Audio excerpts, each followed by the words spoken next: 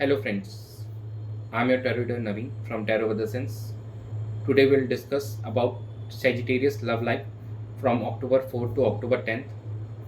क्या challenges face करने पड़ सकते हैं आपको आने वाले इन 6-7 दिनों के अंदर में, और कैसा आउटकम रहेगा, कुछ नए पर्सन्स से इंटरेक्ट होगा आपका जो नो कॉन्टेक्ट सेपरेशन में, क्या उनका रीयूनियन होगा. Today will discuss about that. It is going to be a general reading and timeless reading, और कहीं ना कहीं ये सभी लोगों के साथ रेजोनेट होगी. Male female it doesn't matter, कोई भी हो, और जो कोई नो कॉन्टेक्ट सेपरेशन में या फिर सिंगल्स भी हैं वो सब इस रीडिंग को गो थ्रू कर सकते हैं.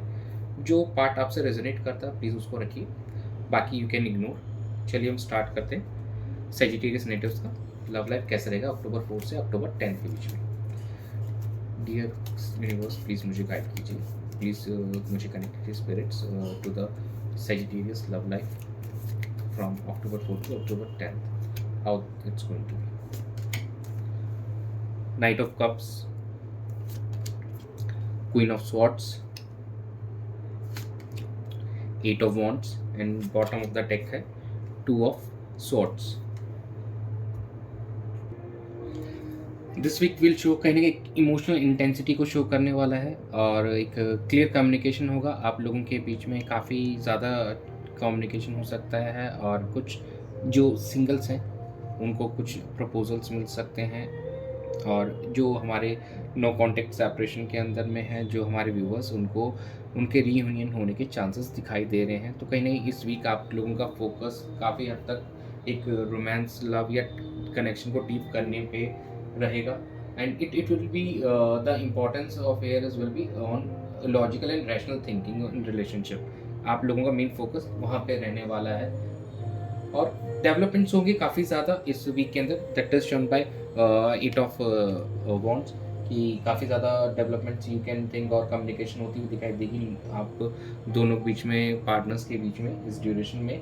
और लेकिन कहीं ना कहीं आपके मन में कन्फ्यूजन भी रहेगा कि how to proceed further. Now अब चलिए कम्युनिकेशन भी होगी, प्रपोजल भी मिल गया, तो अब इस चीज़ को कैसे हम प्रोसीड करें. तो your communication should be honest, and आपकी सोच ऑनेस्ट होना चाहिए कि आपको क्या चाहिए. You should always have that thing in mind what you want from this relationship. तो by just having on crossroads you will not be able to do that. So you should gain clarity from yourself. तो जो भी communication के through आपको knowledge gain हो इस relationship के regarding, तो ऑनेस्ट वे के अंदर में you should approach all these things. And while proposing और getting any proposal you should not have any doubts in your mind. इस चीज़ पे आपको फोकस रखना है. तो कोई भी डाउट्स हो तो पहले क्लियर कीजिए. That's what we have for you. Let's check angel guidance for you.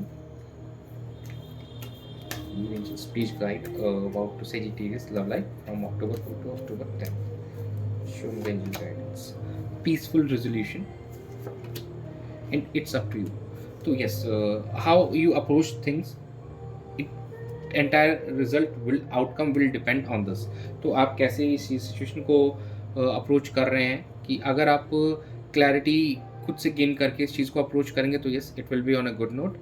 Else हो सकता है कि अभी भी कुछ चीज़ों में डिले हो जाए आपके लिए, और कोई कॉन्फ्लिक्ट्स अगर चल रहे हैं तो please by way of peacefully communication आप एक दूसरे से शांतिपूर्ण तरीके से उस चीज़ को निपटाएं, और उस रिलेशनशिप में एक आगे की तरफ बढ़िए, एक ग्रोथ लाइए, एक लव केयरिंग वाला फैक्टर लेके आइए चीज़ों को, और अच्छे से बढ़ाइए.